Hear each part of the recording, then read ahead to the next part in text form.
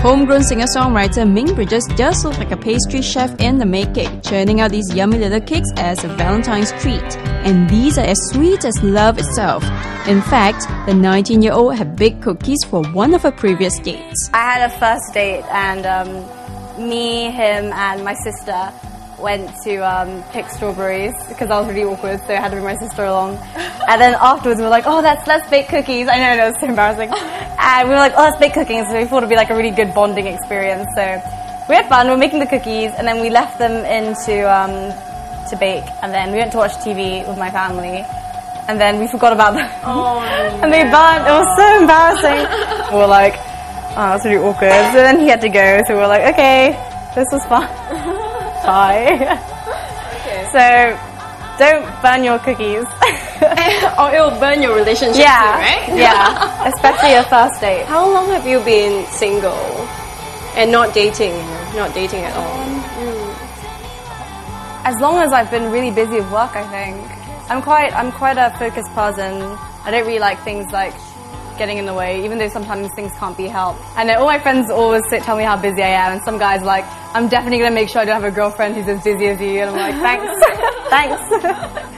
Okay. So, but it's okay. I'm fortunate enough to be surrounded by lots of guys at work, in my family, and I think like the male input in your life is really important because you need the humor, and they're really direct, like they just tell you everything as it is, which I really like.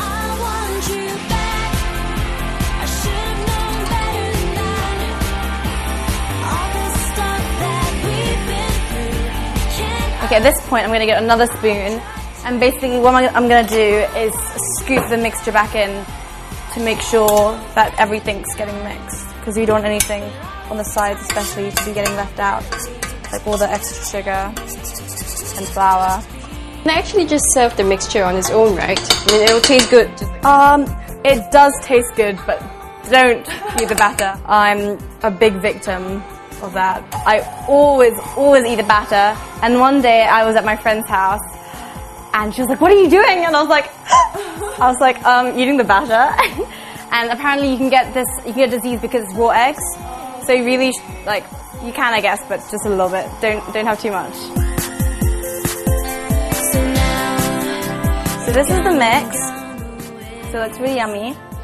Now the recipe says to fill up the cups 2/3 of the way full, but in my experience I really like when the cupcakes are coming out, so I'm going to fill it a little bit bigger and hopefully that will work. But also another thing to do is you shouldn't flatten it too much. You can push it around, but basically the air is still inside and you want that to expand it afterwards.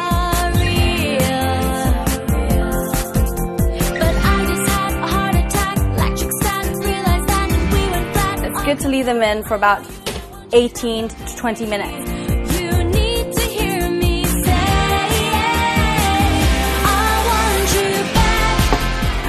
Ta-da!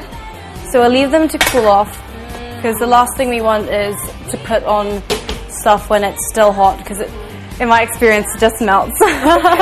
In the meantime, Ming sets about preparing a chocolate and peppermint cream topping. She even dyes the peppermint cream to her favorite rosy pink to add a romantic touch to it. Unfortunately, it turns out a little too runny for decoration. My drawing skills aren't that good either. But luckily, Ming has this ready-made fondant to save the day.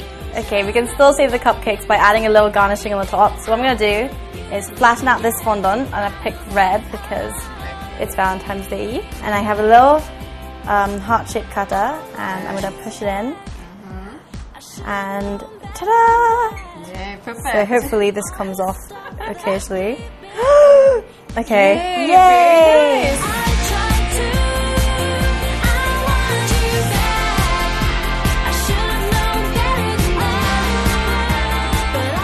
So hopefully they're yummy.